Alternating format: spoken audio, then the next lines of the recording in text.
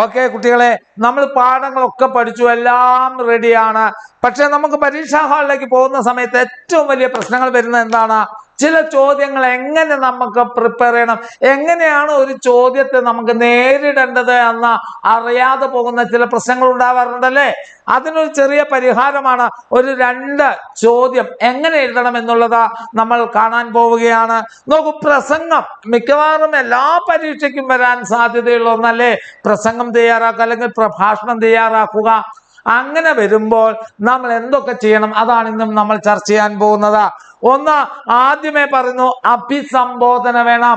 പ്രിയരെ, ബഹുമാന്യരെ, വേദിയിലും സദസ്സിലും ഇരിക്കുന്ന ബഹുമാന്യരെ എന്ന് തുടങ്ങി ഒരു അഭിസംബോധനയോട് കൂടി വേണം എൻ്റെ കുഞ്ഞുങ്ങൾ പ്രസംഗം എഴുതാൻ. പിന്നീട് എന്താണ്? വിഷയം അവതരിപ്പിക്കല. തന്നിരിക്കുന്ന വിഷയത്തെ സ്പഷ്ടമായി അവതരിപ്പിക്കാൻ നമുക്ക് സാധിക്കണം. എന്താണോ വിഷയം, ആ വിഷയത്തിൽ ഊന്നിക്കൊണ്ടുള്ള പ്രഭാഷണം അല്ലെങ്കിൽ പ്രസംഗമാണ് നമ്മൾ നടത്തേണ്ടത്. പിന്നെയോ വ്യക്തമായ ഭാഷാ പ്രയോഗം ഉണ്ടായിരിക്കണം അല്ലെ. ഒരു പ്രസംഗത്തിന് ഒരു ഭാഷയുണ്ട് അല്ലെ.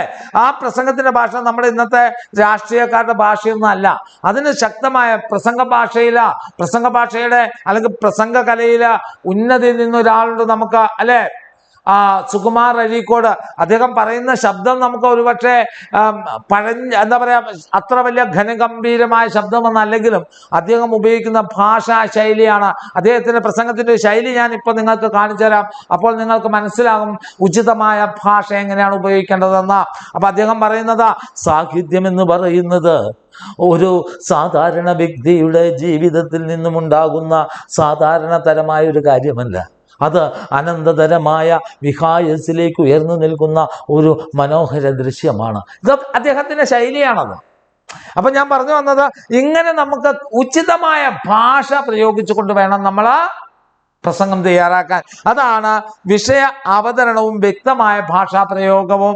ക്ലിയർ ആണോ?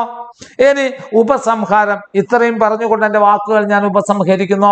നന്ദി, നമസ്കാരം, ജയ് ഹിന്ദ് തുടങ്ങിയിട്ടുള്ള ഒരു ഉപസംഹാരവും ഉണ്ടാകണം. ഒറ്റ ഇതിൽ എഴുതിപ്പോയാൽ മതി, പാരഗ്രാഫ് തിരിച്ചെഴുതണമെന്നില്ല. ഇതാണ്. അപ്പൊ ഓർത്ത് വെക്കുക, എന്തൊക്കെയാണ്? അഭിസംബോധന ഉണ്ടാവണം, വിഷയ അവതരണം ഉണ്ടാവണം, വ്യക്തമായ ഭാഷാ പ്രയോഗങ്ങളാണ് നമ്മൾ നടത്തേണ്ടത്. അത് കഴിഞ്ഞ് അവസാനിക്കുമ്പോൾ ഒരു ഉപസംഹാരവും ഉണ്ടാവണം. ഇതാണ് എന്ത് എഴുതുമ്പോൾ, പ്രസംഗം തയ്യാറാക്കുമ്പോൾ എൻ്റെ കുട്ടികൾ ശ്രദ്ധിക്കേണ്ടത്. വ്യക്തമാണോ? ക്ലിയർ ആണോ?